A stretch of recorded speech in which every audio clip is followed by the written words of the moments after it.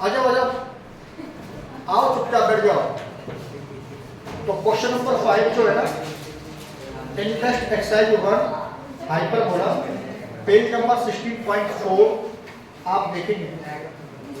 If the focus of the ellipse x square upon 16 plus y square upon में b is equal to 1 and the hyperbola x square upon में 1/4 minus के Y square minus के 81 मतलब 81 is equal to 125।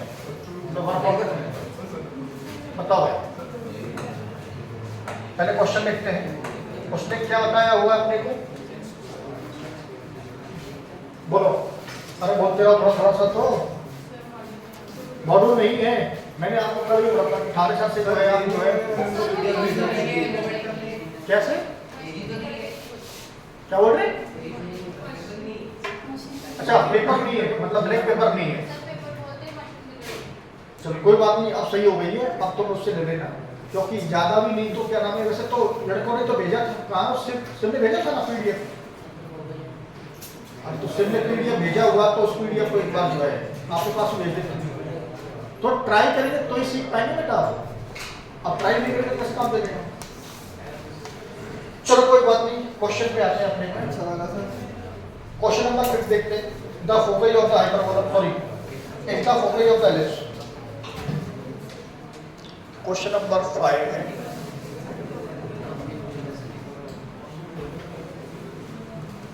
लिख लीजिए यहां पर, if the focus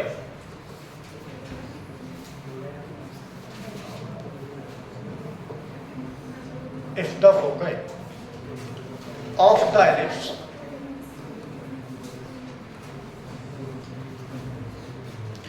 x square upon में 16 प्लस y स्क्वायर अपॉन में b का square is equal to 1 and the hyperbola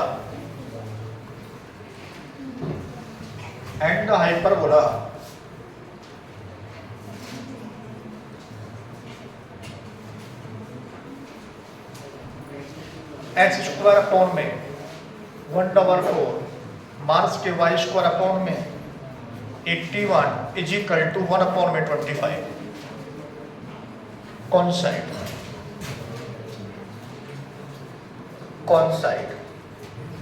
then the value of B का स्क्वायर। ऑप्शन तुम्हारे पास में 1 5 7 है। ऑप्शन है अपने पास, option A 1, option B 5, option C 7, option D 9। तो सबसे पहले तो कॉन्सेप्ट के बारे में बताएंगे, जो एग्जिस्ट टुगेदर, जो एक साथ एग्जिस्ट करते हो उसे हम क्या बोलते हैं, कॉन्सेप्ट बोलते हैं। जैसे कि दो लाइन होती हैं, तो यदि लाइन की बात करें तो जैसे ये एक लाइन है, इसके ऊपर दूसरी लाइन चली गई तो ये तुम्हारे पास कैसे हो जाएंगे, कॉन्साइड। ये तुम्हारे पास दूसरी लाइन है, 10th क्लास में पढ़ा हुआ आपने फार्मूला।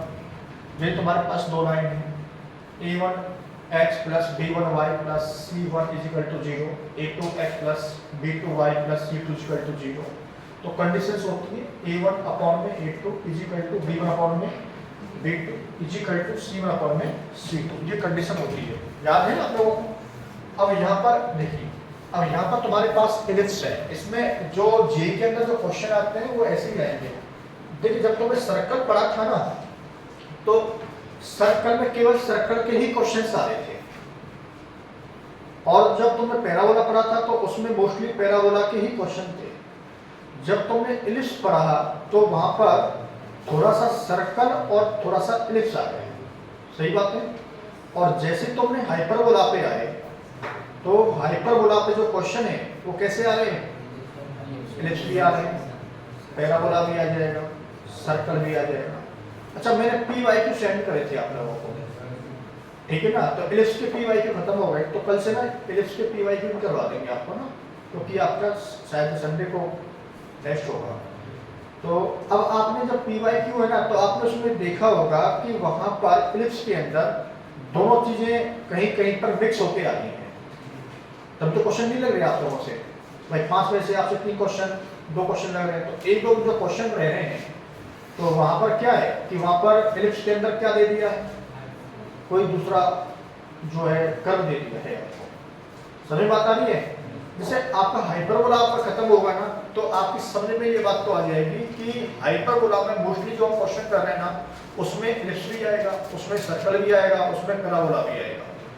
अच्छा, यहाँ पर जैसे आप देखेंगे इस वाले क्वेश्चन के अंदर तो यहाँ पर क्या है कि x² ये तुम्हारे पास एलिप्स है और ये आपके पास में क्या है हाइपरबोला।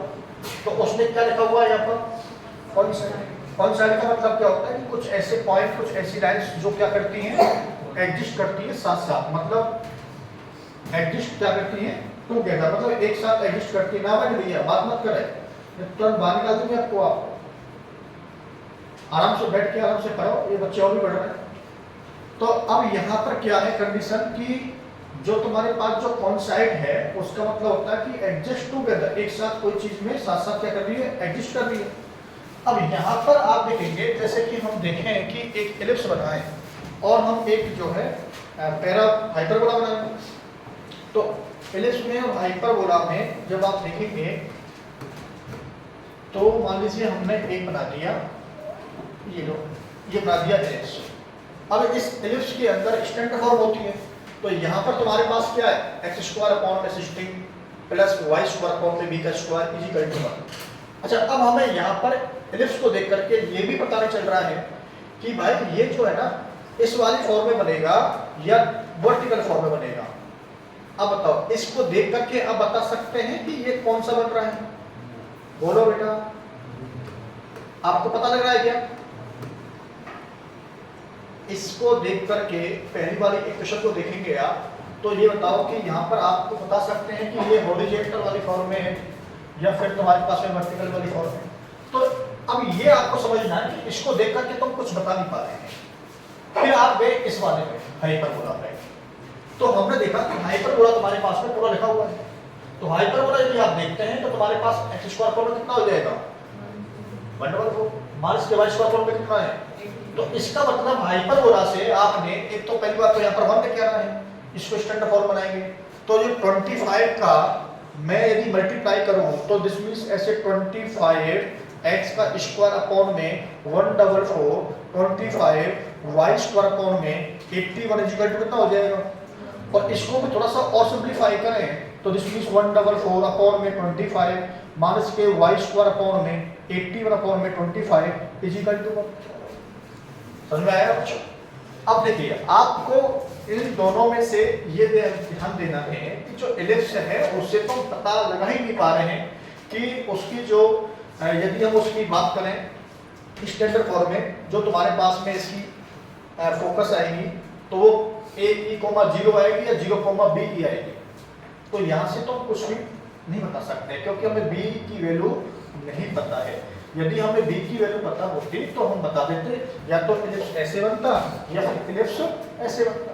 तो इसलिए पहली लाइन से तो हमें कुछ मिला नहीं, तो हम दूसरी लाइन पे गए। सेकंड लाइन पे हमने देखा कि हाइपरबोला लिखा हुआ है, तो हाइपरबोला में तो हमें पता है ट्रांसवर्स एक्सिस पे काम हो रही है पूरा, बताया था ना आपको स्टैंडर्ड फॉर्म। तो यहाँ पर देखेंगे तो तुम्हारे पास कौन सी फॉर्म बन रही है, तो ये तुम्हारे पास आ गई कि x² अपॉन में a का स्क्वायर माइनस के y² अपॉन में b का स्क्वायर इज इक्वल टू कितना हो गया 1। तो दूसरी जो फॉर्म होती है वो कैसी होती है, आपको ये ऐसे याद रखना है कि यहाँ पर केवल माइनस आ जाता है। यदि इसकी बात करें तो ये केवल यहाँ पर माइनस आएगा, ये तुम्हारे पास किसका हो जाएगा प्लस का हो जाएगा इज इक्वल टू 1। अब ठीक है, आपको ये दो याद रखनी है, एक फॉर्म ये होती है दूसरी फॉर्म ये होती है। एक में x जो है वो माइनस का होगा, दूसरे में y वाली जो टर्म है वो माइनस की होगी। अब यदि माइनस कॉमन लेंगे आप यहाँ से तो ये तुम्हारे पास किसका हो जाएगा प्लस का, ये माइनस का, तो ये किसका हो जाएगा माइनस का। तो आप उसको इतना ना याद रखें, आपको ये दो स्टैंडर्ड फॉर्म याद रखनी है। अब ये बताओ जो तुम्हारे पास में हाइपरबोला गिवन है, इस हाइपरबोला के अंदर ये कौन सी फॉर्म में आ रहा है, ऊपर वाले में नीचे वाले में। इसका नाम दे दिया फर्स्ट, इसका नाम दे दिया सेकंड, तो ये कौन सी फॉर्म में काम कर रहा है फर्स्ट में काम कर रहा है। तो जो फर्स्ट में जो काम करते हैं तो वो तो कुछ ऐसे करते हैं। यदि हम बात करें तो फर्स्ट में तो हमारे पास ऐसे होती फॉर्म कि यहाँ पे तुम्हारे पास में हमने एक्स वाई कार्टेशियन सिस्टम बना दिया, तो यहाँ से फिर हमने एक और ड्रॉ कर दो, ये तुम्हारे पास कौन हो गई डायरेक्सिस, ये तुम्हारे पास डायरेक्सिस, और जो तुम्हारे पास जो हाइपरबोला बनेगा वो तुम्हारे पास इस तरीके से हाइपरबोला बनेगा। सही है, सही है। ये हाइपरबोला कौन सी फॉर्म में है? एक्स स्क्वायर अपॉन में ए का स्क्वायर माइनस के वाई स्क्वायर अपॉन बी का स्क्वायर इज इक्वल टू 1, इस वाले फॉर्म में है। सही है। तो इसका मतलब ये किस पे जा रहा है? एक्स एक्सिस पर जा रहा है ना। तो इसका मतलब जो तुम्हारे पास जो एलिप्स है तो वो कौन सा बनेगा? तो तुम्हारे पास एलिप्स भी इस वाले फॉर्मेट में बनेगा, जो तुम्हारे पास में जो ये एक्स एक्सिस है मतलब y इक्वल टू 0 है यहाँ पर। तो यहाँ पर आप देखेंगे तो ये तुम्हारे पास एलिप्स जो बनेगा वो इस पर बनेगा। एलिप्स जो बनेगा वो कुछ इस तरीके से बनेगा, ऐसे। ये तुम्हारे पास एलिप्स बनेगा। हो गई बात क्लियर? तो हमने हाइपरबोला से ये पहचान करी है कि जो एलिप्स है वो कैसे बनेगा। तो एलिप्स बनेगा इस वाली फॉर्म में। एक बात तो क्लियर हो गई। अब जब ये बात क्लियर हो गई तो आप सब जानते हैं कि इनके जो फोकस होंगे, अब जब भी वो कौन साइड की बात करता है ना, तो आपको ये बात याद रखनी है कि जो उसके जो फोकस है ना, जो एलिप्स का जो फोकस है और जो हाइपरबोला का जो फोकस है वो सेम है। इसी को बोलते हैं कॉन्सेंट। क्या बोला मैंने? कॉन्सेंट मतलब क्या होता है? मतलब जो उनके जो फोकई हैं, जो उनका जो फोकस यदि आप ले रहे हैं, तो फोकई ले रहे हैं तो वो दोनों किस पे होंगे? सेम है, मतलब सेम पॉइंट पर।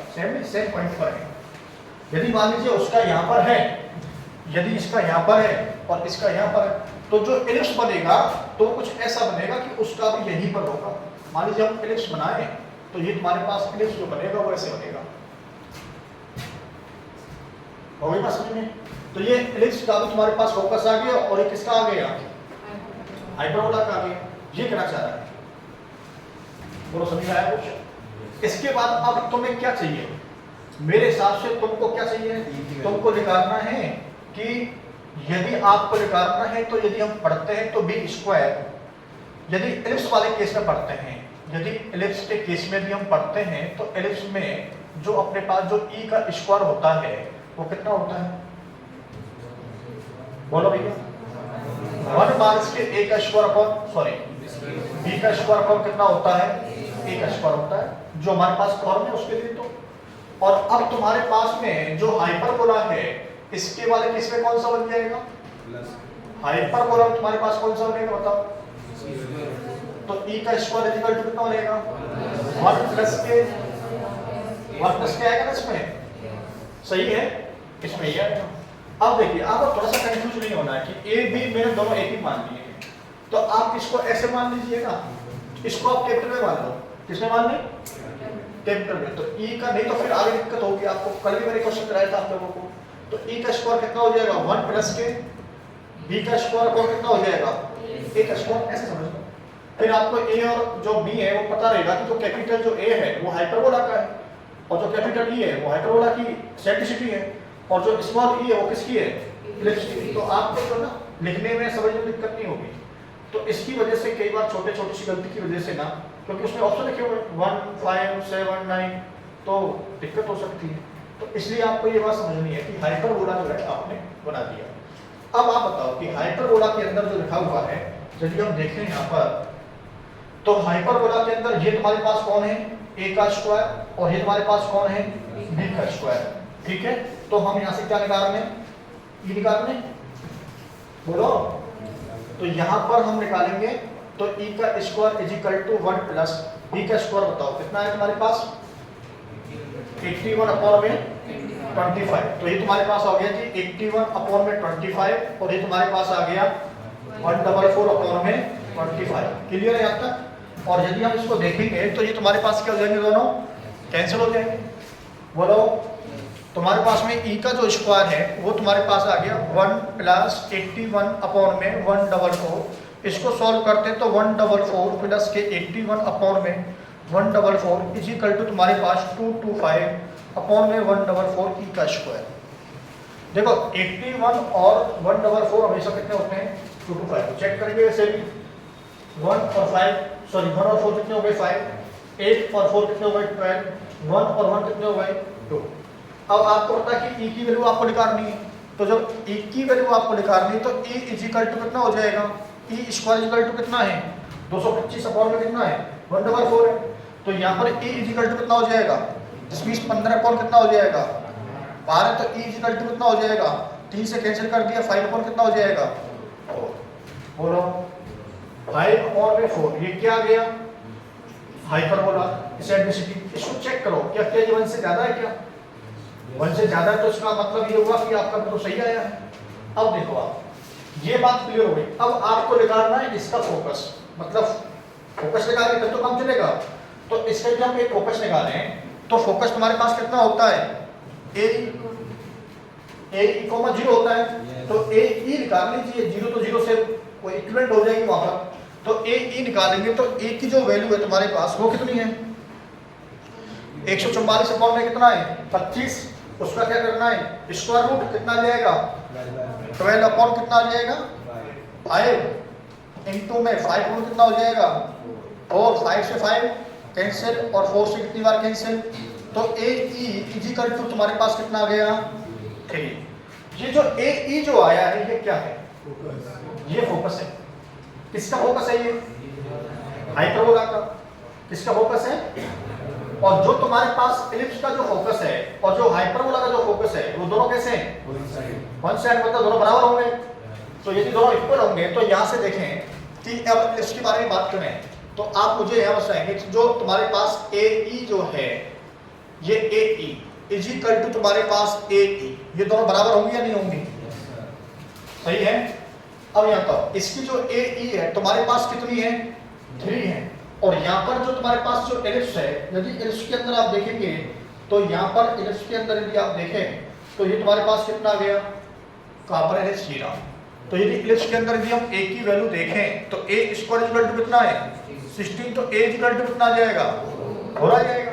तो यदि हम देखें यहाँ पर तो a के स्थान पर 4 है और ये तुम्हारे पास कौन है e, तो e इक्वल टू तुम्हारे पास कितना आ जाएगा 3/4। क्या e की वैल्यू क्या लेस देन 1 है क्या, इसका मतलब ये भी आंसर अपने पास कैसा आ गया, सही आ गया।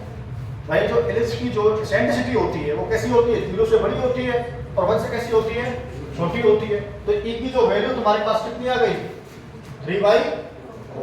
बोलो समझ में आ जाएगा। अब तुम ये बताओ कि मैंने क्या निकाला, मैंने एक बात निकाली है कि यहाँ से इसका फोकस निकाला है और यहाँ से मैंने इसका फोकस निकाला है। इसके फोकस में मेरे को केवल ए पता है, ई की वैल्यू नहीं पता है, तो इसके फोकस को यूज करके मैंने तो यहाँ से मैंने सी क्या निकाल ली, ई निकाल ली। अब ये आप जानते हैं कि यदि ई अपने को पता है तो B square is equal to कितना होता है ए स्क्वायर, कितना होता है 1 माइनस के ई का स्क्वायर, याद है आपको। तो यहाँ से हमने बी स्क्वायर की निकालनी है वैल्यू, तो ए स्क्वायर की वैल्यू कितनी तुम्हारे पास 16, क्योंकि अब ये कौन चल रहा है एलिप्स, हाइपरबोला का काम खत्म, काम किसमें कर रहे हैं हम एलिप्स में। तो यहाँ पर किसी कंडीशन लगाएंगे हम एलिप्स की, तो 16 1 माइनस कितना हो जाएगा ई स्क्वायर, कितना हो जाएगा तुम्हारे पास 9 4 कितना हो जाएगा 16 में से यदि 9 जाते हैं तो कितना बचेगा 7, तो दिस मींस 7 अपॉन कितना हो जाएगा 16, ये कैंसिल इज इक्वल टू कितना हो जाएगा b का स्क्वायर। तो b स्क्वायर की जो वैल्यू है तुम्हारे पास कितनी आ गई, तो ऑप्शन कौन सा सही है सी नाम का ऑप्शन सी। तो इसको आप जो है लिख लिया होगा आपने, तो लिख लो इसको। नेक्स्ट देखते हैं, समझ में आ गया भाई, कर लिया आपने ये कितने बच्चों ने किया था, याद है बच्चे तो नहीं, वेरी गुड। नेक्स्ट देखते हैं, क्वेश्चन नंबर 5 आपसे नहीं हुआ, ठीक है, ये 5 था 6 नहीं हुआ, 6 को देखते हैं।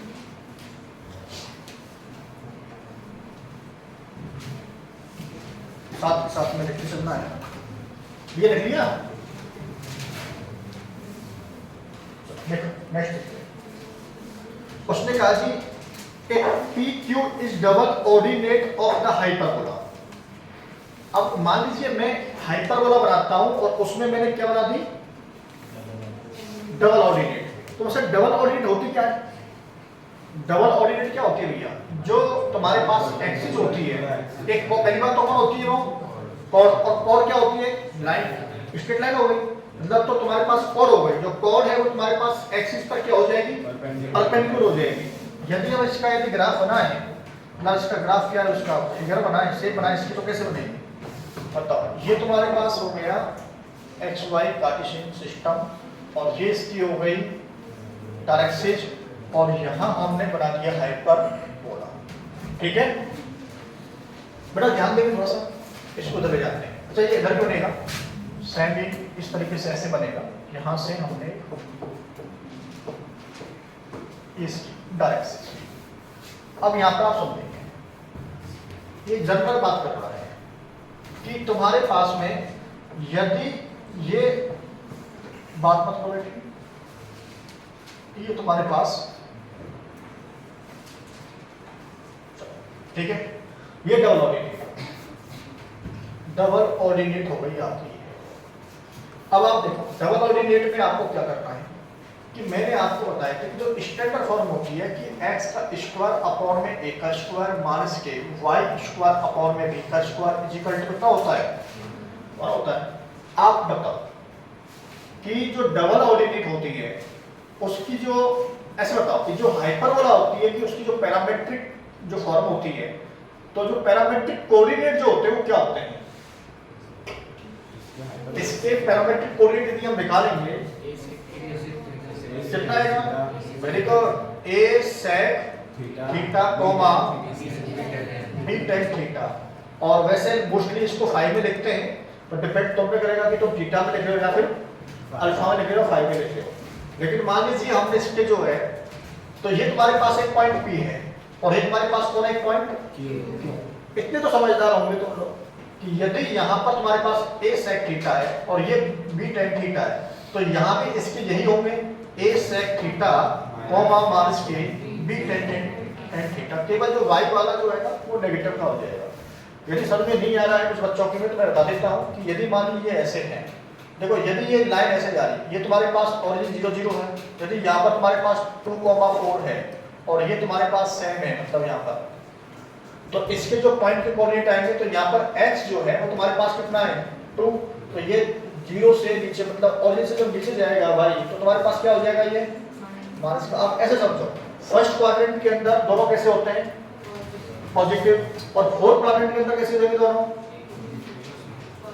पॉजिटिव और तो नेगेटिव कौन हो गया, y, तो तुम्हारे पास y वाला नेगेटिव हो गया। तो यहाँ पर भी हमने वही काम किया।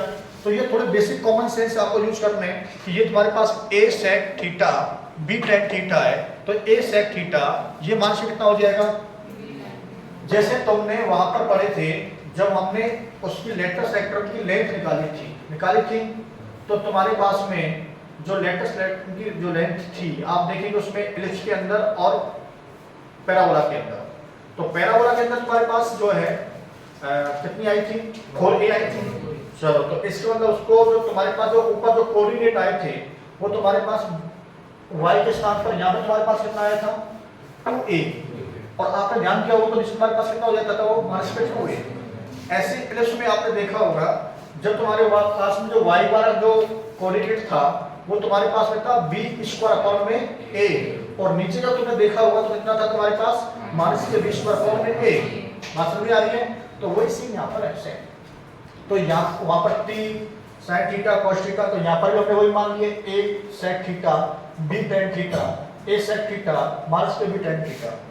तो इतना बताओ कि यदि मान लीजिए इसको यदि हम इससे मिला दें, ऑरिजिन से मिला दें, तो वो कह रहा जी इसको ना ऑरिजिन से मिला दो, ये तुम्हारे पास मिला दिया इसको मैंने ऑरिजिन से, तो ये तुम्हारे पास क्या बन गया, एक ट्रायंगल बन गया।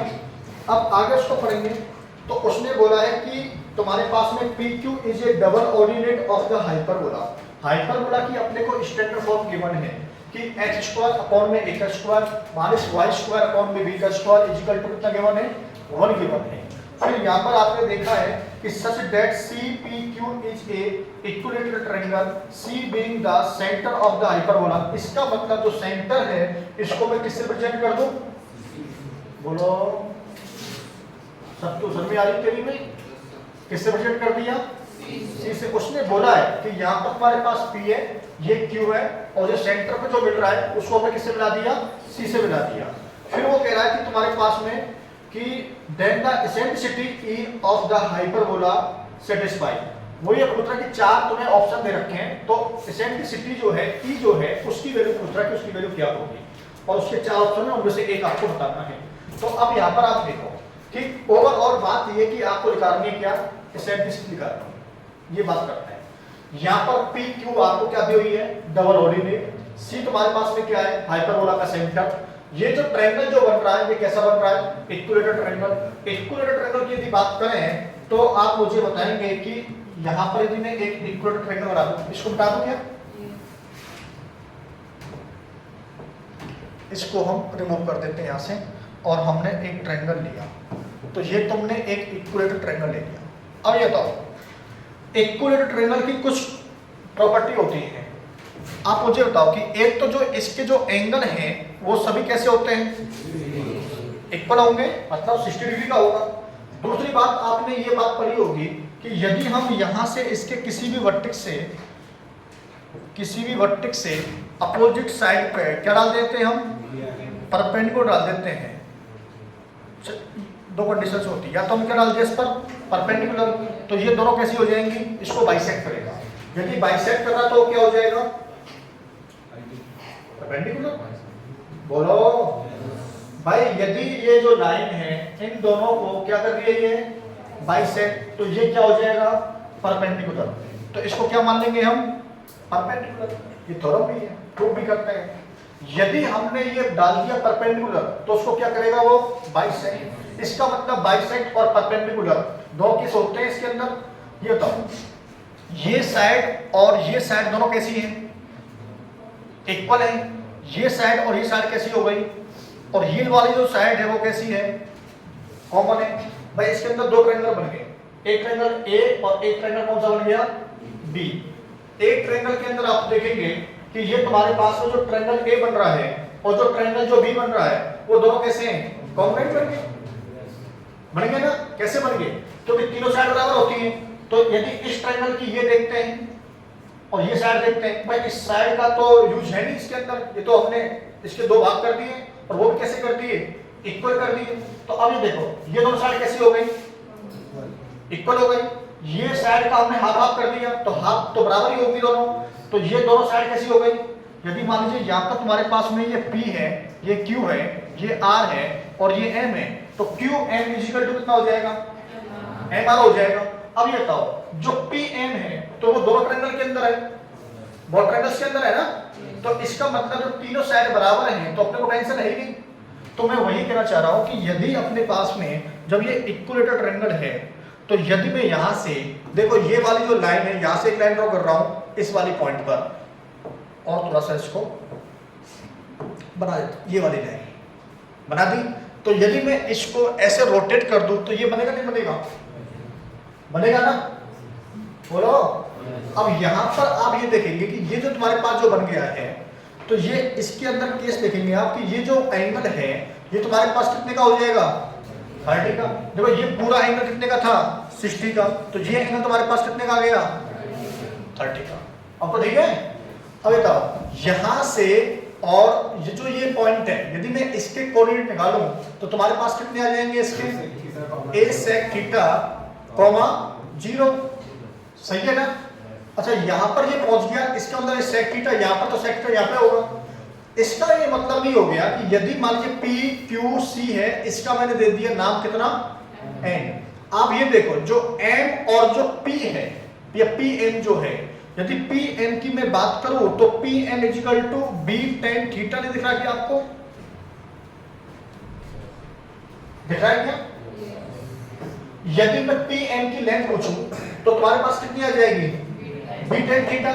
और यदि मैं आपको CM की पूछूं तो तुम्हारे पास कितनी आ जाएगी, A sec थीटा।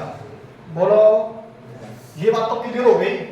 भाई ये जो डिस्टेंस तुम्हारे पास CM है वो A cos थीटा है, और जो तुम्हारे पास में PM है वो तुम्हारे पास कितनी है, क्योंकि ये तुम्हारे पास में x एक्सिस को कट कर रही है और ये तुम्हारे पास y एक्सिस को कट कर रही है। सही है तक। अब आप ये बताओ मेरे को, अब मैं इसको इधर पहुंचा देता हूं। अब यहां पर आप समझना ध्यान से, ये तुम्हारे पास एक ट्रायंगल है, जो तुम्हारे पास ये ट्रायंगल है ना, इस ट्रायंगल का नाम ले लिया मैंने CMP, और जो तुम्हारे पास ट्रायंगल है ना, ये कैसा ट्रायंगल है तुम्हारे पास, राइट एंगल ट्रायंगल। आपने कहां पे, क्योंकि जो ऑर्डिनेट है वो एक्सिस पर क्या होती है, परपेंडिकुलर होती है, तो ये राइट एंगल ट्रायंगल बन गया। बन गया ना। तो राइट एंगल ट्रायंगल के अंदर तुम्हारे पास में ये आप जानते हो कि tan theta is equal to कितना होता है, अपोजिट साइड कोण में बेस होता है, मतलब परपेंडिकुलर कोण कितना होता है, बेस होता है।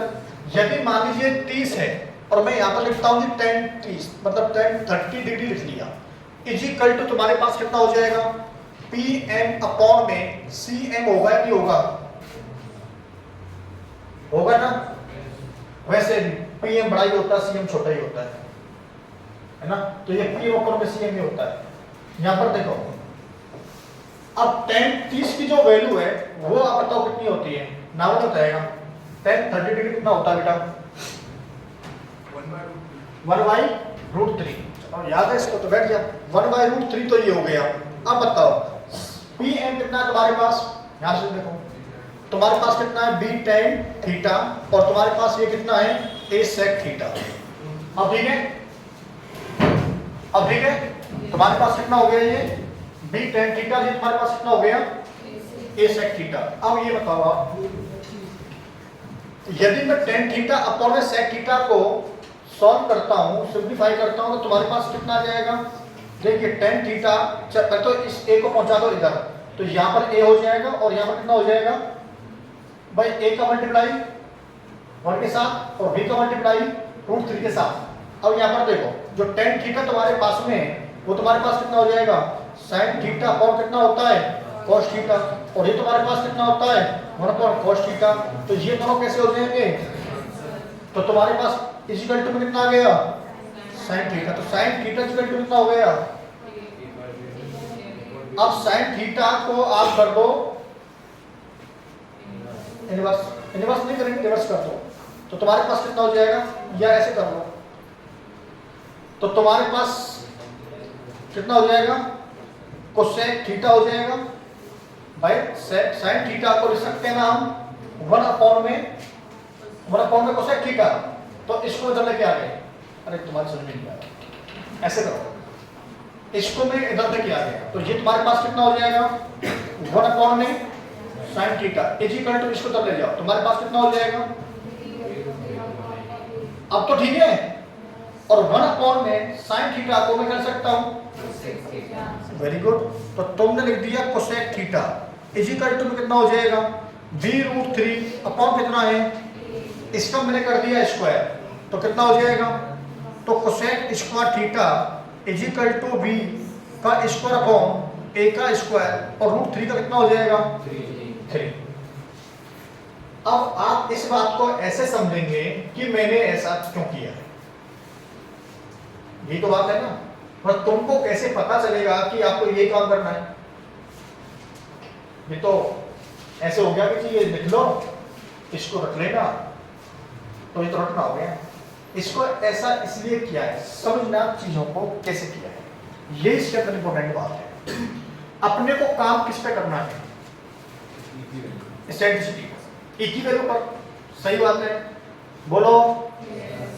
जब E पर काम करना है तो E कैसे आएगा, तो हाइपरबोला के अंदर तो E जब आएगा जब कहीं पर ऐसा बन रहा होगा कि B स्क्वायर कोण में A स्क्वायर या A स्क्वायर कोण में B का स्क्वायर, वो तो माइनस तो बाद में कर लेंगे, लेकिन कहीं ना कहीं कुछ अपने को ऐसा रिलेशन बनना चाहिए कि जहां पर B स्क्वायर कोण में A का स्क्वायर या B स्क्वायर कोण में A स्क्वायर कोण में B स्क्वायर। दोबारा देखो कि जो रिलेशन जो होता है वो होता है E का square is equal to 1 upon B का स्क्वायर अपॉन में A का स्क्वायर या A का स्क्वायर अपॉन में B का स्क्वायर। यदि हमारे पास में स्टैंडर्ड फॉर्म है जो हमने अभी जो उसने गिवन है, तो उसके लिए तो कंडीशन होती है ये वाली कि E का स्क्वायर इज इक्वल टू कितना होता है, तो E का स्क्वायर माइनस के 1 इज इक्वल टू B का स्क्वायर अपॉन कितना हो जाएगा।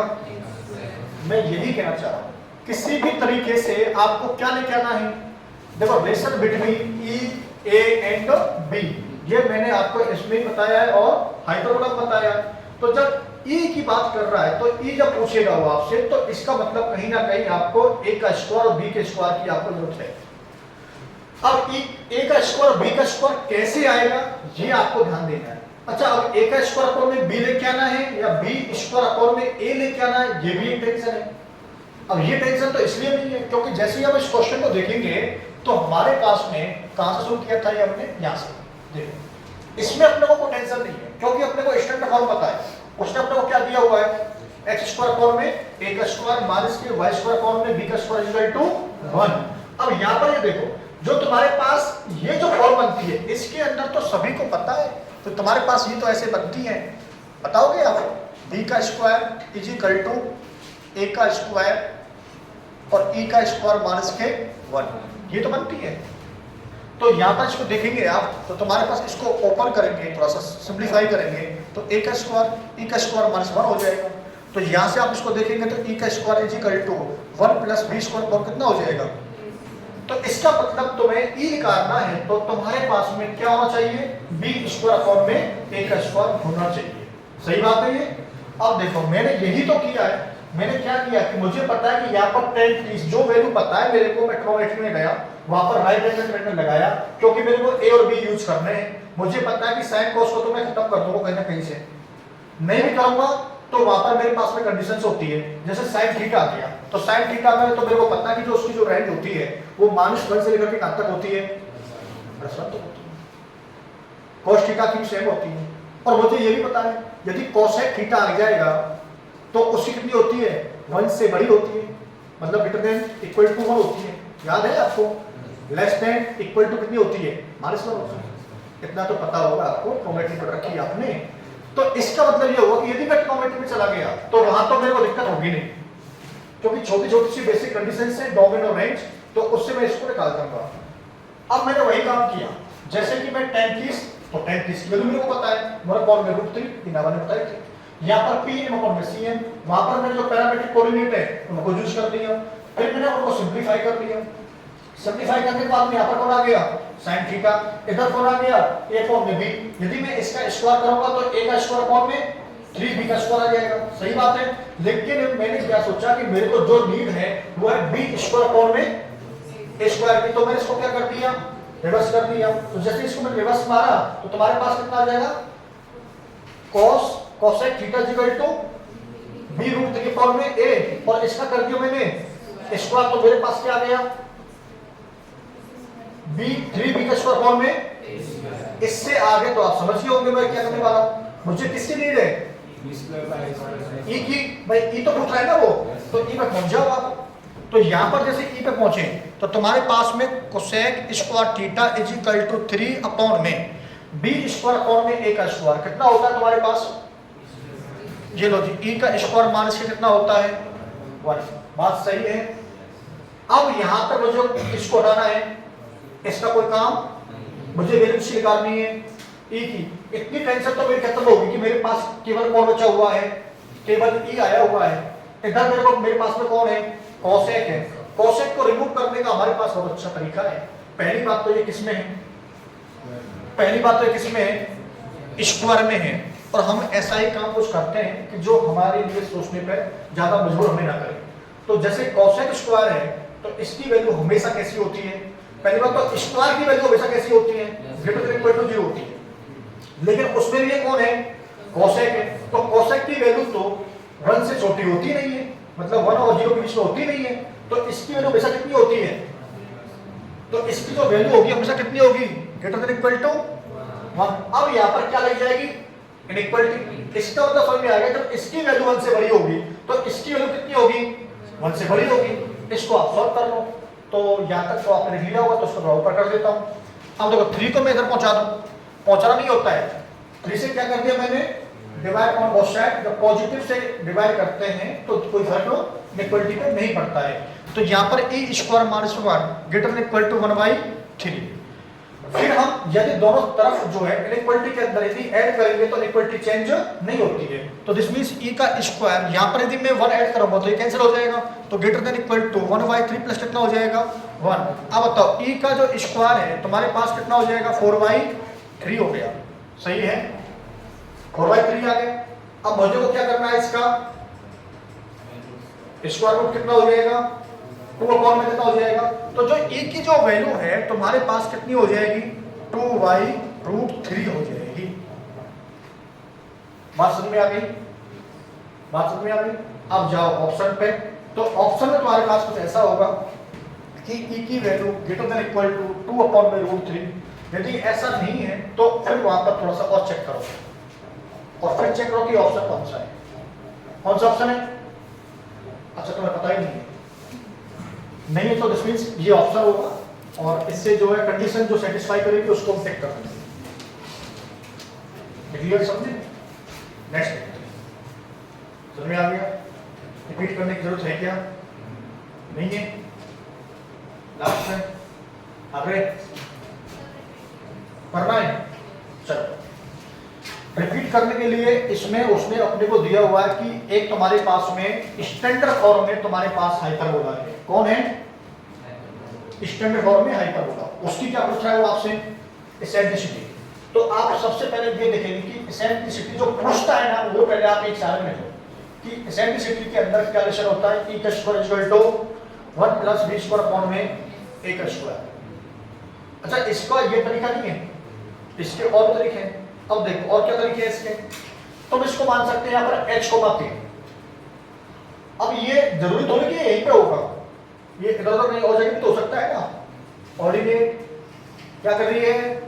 मूव कर रही है। तो क्या बन जाएगा? लोकस। और लोकस को क्या मानते हैं हम? h comma k।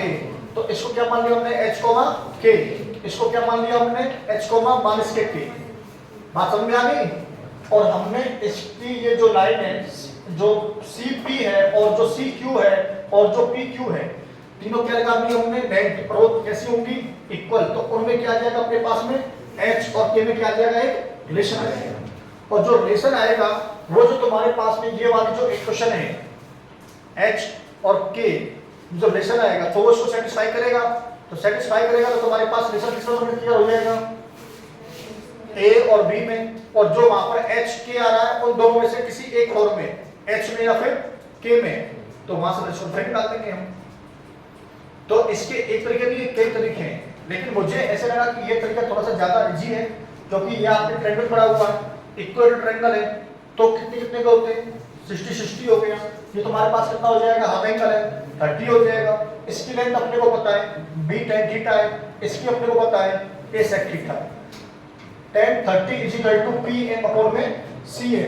तो यहां से आपने कितना लगा दिया? tan 30 की value 1/√3 b tan theta upon में a sec थीटा। यहां से आपने इसको सॉल्व किया। सॉल्व करने के बाद में आपने किसकी वैल्यू निकाली? sin थीटा की। लेकिन हमें पता है कि अपने को लेके क्या आना है कि b स्क्वायर अपॉन में a का स्क्वायर। तो ये b स्क्वायर अपॉन में a का स्क्वायर आएगा। b ऊपर जब आएगा तब इसको क्या कर देंगे? पलट देंगे। जैसे इसको हमने पलटा तो तुम्हारे पास 1 अपॉन में कितना पहुंच जाएगा? sin theta is equal to कितना होता है? cosec theta. तो cosec theta is equal to कितना होगा तुम्हारे पास में? √3 b अपॉन में a। दोनों तरफ क्या कर दिया हमने? इसका स्क्वायर। स्क्वायर करने के बाद में यहां पर कंडीशन इंपॉर्टेंट है कि जो cosec स्क्वायर थीटा की जो वैल्यू होती है वो हमेशा कैसी होती है? Greater than equal to 1। बात समझ में आ गई? वहां से इक्वलिटी से हम इसका आंसर निकालते हैं। हो गया भैया clear? Sir e less than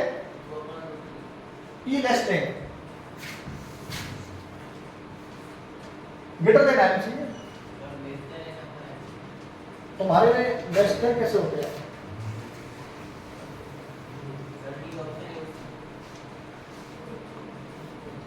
कौन सा ऑप्शन है भाई साहब? आप देखिए उसको दोबारा से। ई ग्रेटर देन है, आप उसमें देखिए ई ग्रेटर देन ही लिखा हुआ है। ई ग्रेटर देन 2 अपॉन में √3 वो एक ही बात है, उससे मैच कर रहा है। लेकिन लेस देन तो नहीं है ना, वो सही। तुम ये बताओ, मान लीजिए तुम्हारे पास 100 रुपए हैं, मैं बोलता हूं कि तुम्हारे पास जो रुपए हैं वो 90 से ज्यादा है। क्या ये सही बात है? बोलो। तो वो ये तो कह रहा है कि जो ई की जो वैल्यू होगी वो कैसी होगी? Greater than equal to. तुम्हारा आंसर आया है, लेकिन उसने क्या बोला है? अरे भाई तुम समझते नहीं हो यार। क्या नाम है तेरा? इसका मीनिंग क्या है? x greater than equal to a। इसके ये दो स्टेटमेंट हैं। कितनी स्टेटमेंट है ये? दो। इसका ये मतलब है कि जो x की जो वैल्यू होगी वो किसके बराबर होगी? a के। और स्टेटमेंट सिखाई मैंने आपको। तो यहां पर जो x की जो वैल्यू होगी वो कैसे होगी? इन दोनों में से तुम एक बात भी बोलोगे तो भी सही है, यदि वहां पर आंसर में ये होता ना कि ई की वैल्यू कितनी होती, इजिकल टू में कितनी, 2 में √3, तो भी तुम्हारा आंसर सही है, गलत नहीं है भाई। ये इसके अंदर कितनी स्टेटमेंट है, 2। मतलब एक ही, जैसे मैं ये बोलूं कि यदि आप मुझसे पढ़ने आएंगे तो कल यदि या तो मैं मिल जाऊंगा, नहीं तो आपको आंसर मिल जाएंगे। तो इसका मतलब ये हुआ कि यदि ये तो मैं मिलूंगा, ये तो आंसर मिलेंगे आपको। अच्छा, मैंने बोल दिया कि मैं और आंसर मिल जाएंगे आपको, इसका मतलब ये हुआ कि मैं भी मिल सकता हूं, आंसर मिल सकते हैं और हम दोनों भी मिल सकते हैं। बात समझ में आ गई। यदि आप पढ़ने नहीं आएंगे तो आपको ना तो वीडियो मिलेगी और ना ही आपको ट्यूशन मिलेगा। तो सही बात है भाई, पढ़ने नहीं आएंगे तो क्या मिलेगी। फिर मैंने आपको बोल दिया कि भैया यदि आप पढ़ने नहीं आएंगे, चलो आपको वीडियो मिल जाएगी, तो इसका मतलब आपको क्या मिलेगी, केवल वीडियो मिलेगी।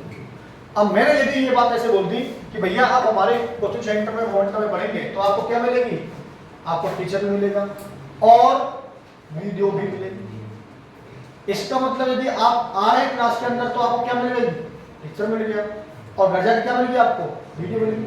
यदि आप नहीं आए तो आपको क्या मिलेगी, आप समझ में आ गई। ये 2 स्टेटमेंट है, कितनी स्टेटमेंट है ये, 2। इसका मतलब ये हुआ बेटा कि ये 2 बातों में से एक बात यदि होगी तो सही है, तो आप कभी भी कंफ्यूज नहीं होना है। तो यही मैं आपको सिखा रहा हूं कि पहले दिन से कि मॉड और इनइक्वालिटी और आपके पास में क्वाड्रेटिक, जो बेसिक चीजें, जो इंटरवल हैं, ये आपके पास में अच्छे से आने चाहिए। यदि आपके पास में ये आ गए तो लगभग आप ऑप्शन को ढूंढने में आप बहुत कम समय में उसको सटीक जो है ऑप्शन उसको ढूंढ के उसको टिक कर सकते हैं, अदरवाइज फिर वो आपका गलत हो जाएगा। अब आप सोचेंगे कि यार इसमें तो जो है ग्रेटर देन इक्वल टू है ही नहीं, तो है ही नहीं, तो फिर तो उसको छोड़ देंगे कि सर ऑप्शन गलत है। अगले दिन आपको बोलेंगे सर इसमें हमारा जो आंसर आया था, पर तुम्हारे आंसर के हिसाब से थोड़ी ऑप्शन मिलेगा। आईटी है ये नहीं है, दिमाग में अभी भी तुम्हारे हिसाब से नहीं मिलेगा, वो अपने हिसाब से देगा। वो बोलेगा कि मेरे हिसाब से ये आंसर है ना, बता कौन सा सही है, प्रॉब्लम सही है। तो ये थोड़ा सा इस पे जो है आप प्रैक्टिस करें। वैसे तो पूरा एक चैप्टर है, थोड़ा सा तो मैंने बीच में पढ़ाया था, फिर भी और पढ़ा देंगे, बोर्ड के अंदर भी आता है। वैसे क्या हो गया बेटा, बी ऑप्शन भी हो सकता है, बिल्कुल सही बात है, बिल्कुल सही बात है, क्योंकि इक्वल टू की जो बात होती है उसमें बिल्कुल हो सकता है बी ऑप्शन। और बताओ, इसलिए आप उसमें क्या कर सकते हैं, डी के अंदर क्या लगा सकते हैं आप उसमें, तुम्हारे पास पेन तो होगा ना, तो पेन से लगा उसमें इक्वल टू। नहीं बात समझ में आई, नहीं तो उसमें ऑप्शन में जाके लिख दो जी बी और बी दोनों सही है। अरे तुम खुद से बताओ ये दोनों सही है, एक सही है। अच्छा ये आप चेक कर लो, आप बी ऑप्शन है नहीं है, पर ये चेक कर लो क्या 2 में जो √3 जो है ना, इसका आंसर 1 से ज्यादा आता है क्या, तो फिर तो ये भी सही है। अब तो समझ में आ गई बात, बोलो। और बताओ और क्या देख रहे हैं इसमें ऑप्शन में आप। अच्छा ऑप्शन नंबर 1 तो है नहीं है ना, ऑप्शन नंबर सी भी नहीं है, तो ऑप्शन नंबर कौन से हो गए इसके अंदर, बी और डी, क्योंकि ये बराबर हो सकता है। अच्छा बी को क्यों नहीं ले सकते हैं बताओ,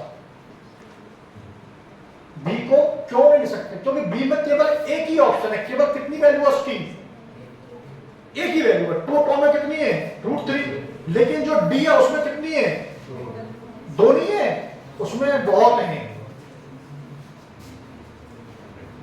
बात समझ में आ गई ना। अब यदि इसमें से यही ऑप्शन है और वो कह रहा है कि इनमें से आपको एक छांटना भाई, एक ही बताओ, तो आप इसमें बी क्यों लिखेंगे भाई, तो कुछ बच्चे बोलेंगे बी तो सही है, हाँ जी बी सही है, लेकिन इन दोनों में कौन सा ज्यादा सही है, जिसके पास ज्यादा केस है, जिसके पास ज्यादा वैल्यू है, बी के पास कितनी वैल्यू है, केवल एक ही वैल्यू है, 2 में कितनी है √3, और डी के पास कितनी वैल्यू है, बहुत वैल्यू है, बोलो सही है ना।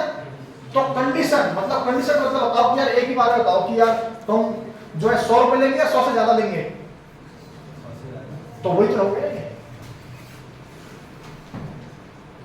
अब वो कंडीशन बता रहा कि ई की वैल्यू बताओ भाई, तो हम बोल देंगे भाई देखो ई की जो वैल्यू है ना वो ग्रेटर देन इक्वल टू कितनी आ रही है, 2 में √3, लेकिन ऑप्शन में कितना तुम्हारे पास में, ऑप्शन में दिया हुआ है ई की जो वैल्यू है 2 में कितनी है √3, तो ये इससे बड़ी ले लो, आपको ऐसे समझ समझ के आपको टिक करने हैं। बोलो हाँ ना, हो गया पॉइंट क्लियर? हो गया पॉइंट क्लियर? चलो, और किसी का डाउट कोई? इसीलिए तो बोल रहा हूँ कि आपके पास में नोट्स होने चाहिए कम से कम। देखो आपने पूछा तो आपका पॉइंट क्लियर हुआ। तो यहाँ पर जो ऑप्शन होगा, यदि सिंगल ऑप्शन है तो तुम्हारे पास ई की जो वैल्यू होगी वो ग्रेटर देन कितनी हो जाएगी? 2 अपॉन में √3 हो जाएगी। यदि मल्टीपल चॉइस में आते तो हम बोल सकते थे कि बी और डी दोनों हैं। बोलो चलो, मतलब मल्टीपल चॉइस का मतलब क्या होगा? वो एक ही बात होगी, मतलब ज्यादा, एक से ज्यादा यदि आपको सिलेक्ट करने हैं तो बी और डी होगी। बट एक सिलेक्ट करना है तो क्या लेंगे आप? डी। चलो ठीक है, और बताओ कुछ, किसी का कोई डाउट? नेक्स्ट चले भैया, क्वेश्चन नंबर 7 पे आ जाओ। 7 तो मैंने करवाया था ऐसा, मतलब ये नहीं ऐसा क्वेश्चन कराया था। क्वेश्चन क्या पूछा है आपको? Eccentricity of the conjugate hyperbola.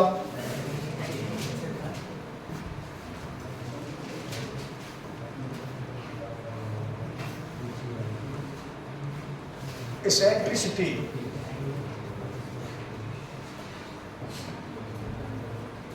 Of the hyperbola, conjugate hyperbola.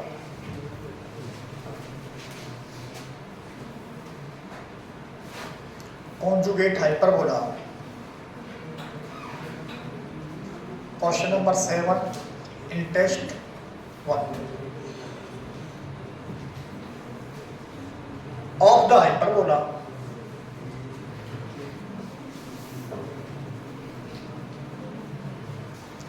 x² minus k, x² minus के 3y² इज इक्वल टू 1। ये भैया ऑप्शन लिख दें इसके, ऑप्शन लिख देता हूं। Option number A, option number B, option number C, option number D. भैया इसका जो ऑप्शन नंबर ए है वो तुम्हारे पास कितना है? 2, और 2 अपॉन में √3, और तुम्हारे पास 4, और तुम्हारे पास 4/3। क्लियर है ना? अब देखो, सही है? सही है? सॉल्व करें इसको। देखिए तुम्हारे पास में जो हाइपरबोला है, पहले उसको आप देखो। तो तुम्हारे पास जो हाइपरबोला है वो आपने देख लिया, इसका हाइपरबोला।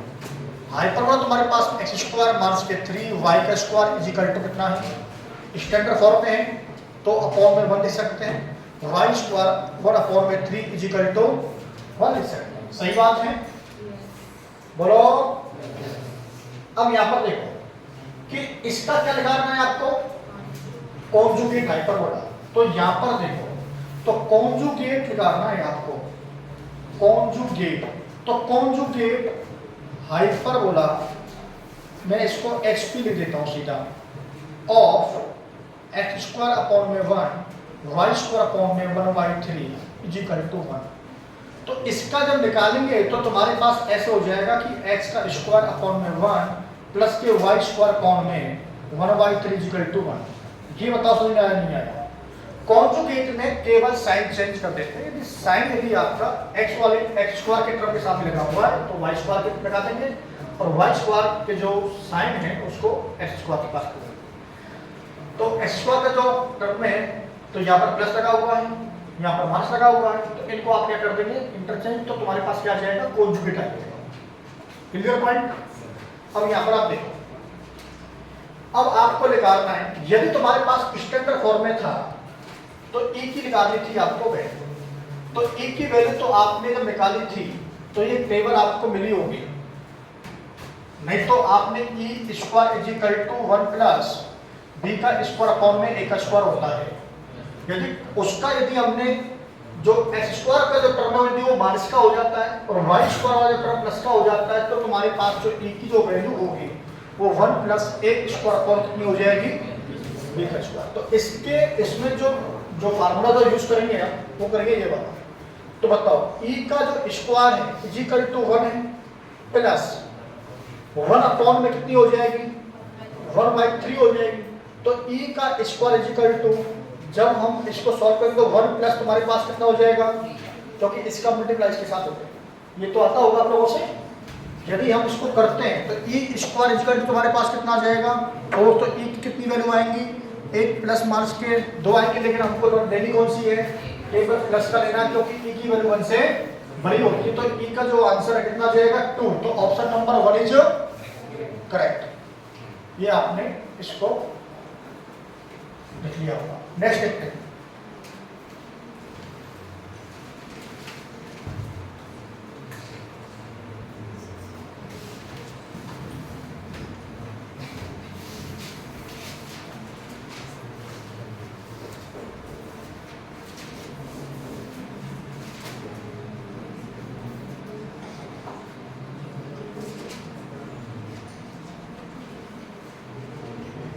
क्वेश्चन नंबर 9 और 10 पहले करते हैं, 7 8 को थोड़ा सा, क्योंकि ये देखते ही हो जाएंगे। नेक्स्ट क्या नहीं है, मतलब 9 करेंगे पहले 10 करेंगे, पहले 10 कर लेते हैं, क्योंकि 10 मोस्टली बच्चों को नहीं हुआ है, यही बात है ना। तो यहाँ पर देखेंगे x इजिकल टू कितना लिखा हुआ है, a sec थीटा, और y इजिकल टू कितना लिखा हुआ है, y इजिकल टू कितना लिखा हुआ है, a tan थीटा। सही है। वो पूछ क्या रहा है जी आपको, डिस्टेंस बिटवीन द डायरेक्ट्रिक्स। तो क्या पूछ रहा है वो, डिस्टेंस बिटवीन द डायरेक्ट्रिक्स, ये आपको निकालनी है। आपका हाइपरबोला दिया होगा। अब ये तो हो गया यार, यहां से आपने सेक थीटा बराबर कितना निकाल दिया, x अपॉन में 8, और यहां से तुमने tan थीटा बराबर कितना लिख दिया, y अपॉन में 8। Clear point. Parametric coordinate given थे ना अपने पास में। अब आपने क्या कर दिया, sec square theta is equal to x का स्क्वायर अपॉन में कितना हो जाएगा 64। सही है। तुम्हारे पास tan थीटा बराबर कितना, tan स्क्वायर थीटा बराबर कितना हो जाएगा, y स्क्वायर अपॉन में 64। कुछ समझ में आ गया होगा। Sec square theta minus tan square theta कितना होता है, तो मैंने आपको ट्रिक बताई थी। तो sec square theta minus tan square theta is equal to कितना होता है, 1 होता है।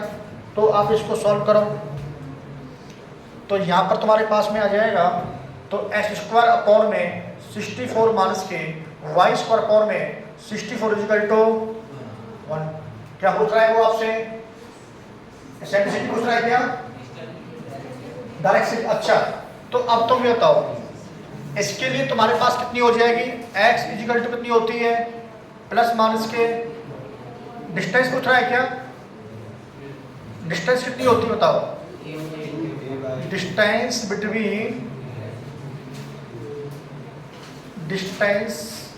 Between directrix.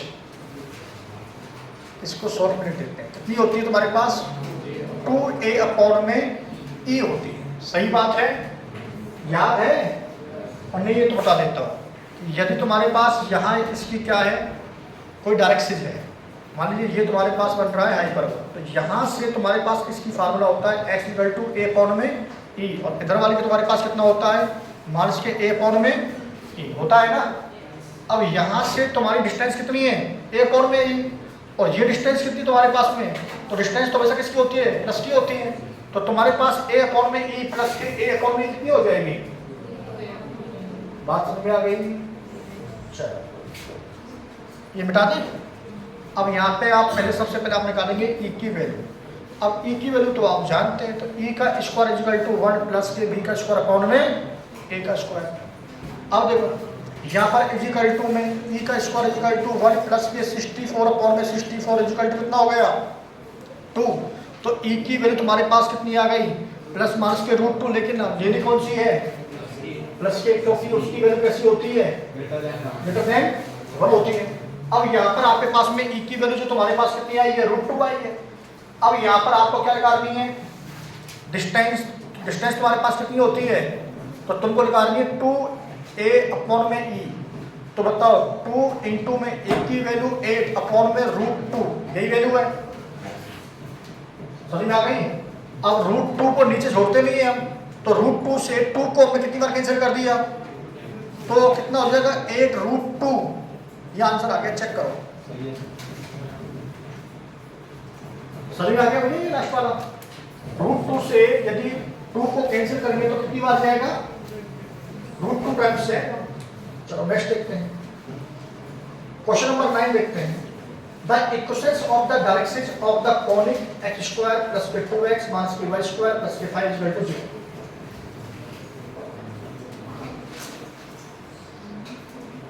तो x² + k2x - ky² + k5 = 0।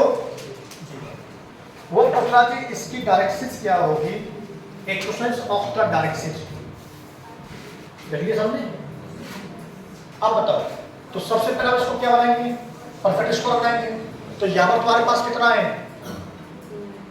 2x है, तो 2x का हमने क्या कर दिया? ऐड कितना कर दें? इसका हाफ, 1 का स्क्वायर। और अब ठीक है, तो यहां से हमने यदि इसको देखते हैं तो तुम्हारे पास कितना हो जाएगा?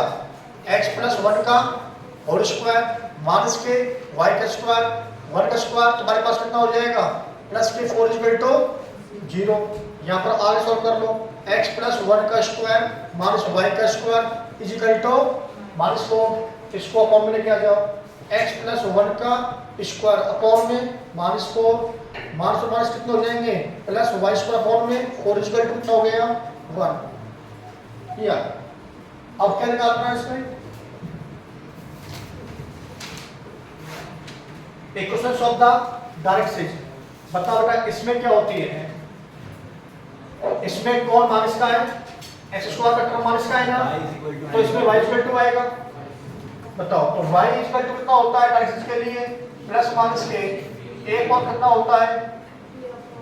b अपॉन में e होता है। ठीक है, अब देखो, अब यहां पर तुम्हारे पास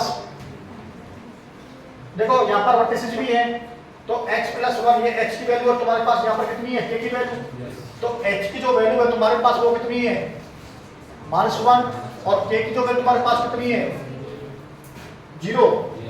जब तुम्हारे पास इस वाली फॉर्म में होता है, जनरल फॉर्म में होता है x - h का स्क्वायर अपॉन में a का square plus k y - k का होल स्क्वायर अपॉन में b का स्क्वायर = 1।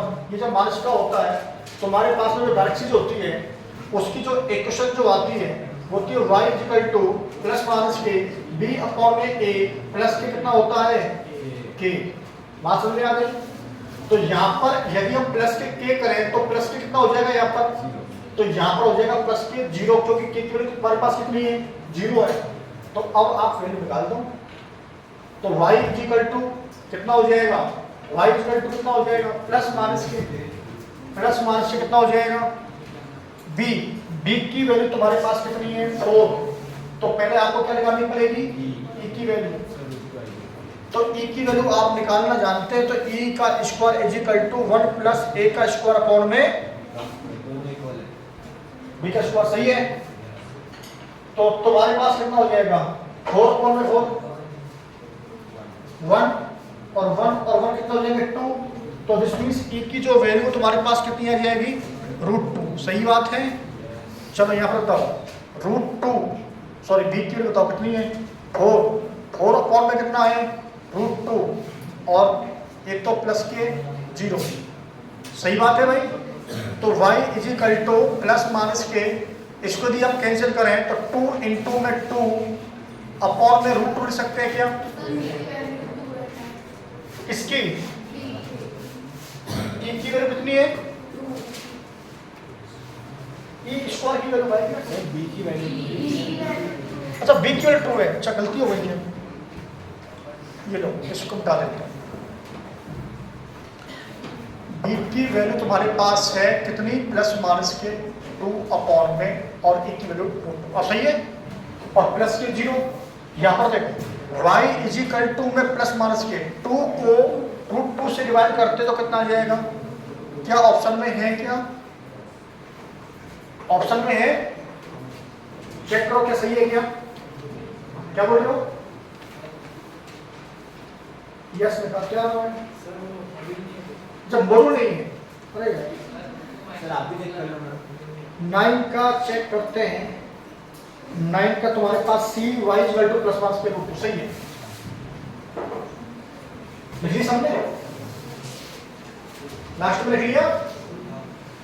आराम से बैठे हैं आज तो, वेरी गुड। नेक्स्ट लास्ट रह गया तुम्हारे पास एक, कौन सा रह गया? एक तो कर लिया होगा बच्चों ने, किस किसने कर लिया? 1 2 3 4 5 6 7, इधर एक भी नहीं है। क्वेश्चन नंबर 8 क्या किसी बच्चे ने? क्वेश्चन कोई नहीं। Equations of the hyperbola whose foci are 6,4 and minus 4,4। तो भैया आपको इक्वेशंस फाइंड करनी है हाइपरबोला की, और उसके जो फोकई हैं वो गिवन है आपको। ये तुम्हारे पास फोकई गिवन है। क्वेश्चन नंबर ये तुम्हारे पास डाल देता हूँ 8 है, तो ये तुम्हारे पास गिवन है 6,4 है और सॉरी एंड -4,4 है, ये गिवन है। अब देखो यहाँ पर जो यदि 0 0 होता y की वैल्यू तो हम बता देते हैं कि भाई ये x एक्सिस पे इसका जो है फोकस है। यदि मान लीजिए ये किसका होता 0, समथिंग होता तो किसको हो जाता ये y को हो जाता, लेकिन यहाँ पर क्या है, ऐसा नहीं है। अब देखो जब भी तुमको मैंने जनरल फॉर्म बताई थी तो आप जनरल फॉर्म से आप इसको करेंगे तो x माइनस के h का स्क्वायर अपॉन में a का स्क्वायर माइनस के y माइनस के k का स्क्वायर अपॉन में b का square is equal to 1। Clear है ना? यहाँ पर जो इसके जो फोकस आते हैं वो बताओ कौन आते हैं। तो यदि इसके फोकस की बात करते हैं तो is equal to a e plus minus के a और प्लस से कितना हो जाएगा h और कॉमा कितना k। समझ में आ गया? तो k की वैल्यू तो सबको मिली, तो k की वैल्यू तुम्हारे पास कितनी है, वो दोनों में मैच कर रही है क्या? अब तुमको किसी निकालनी है तो निकाल दो।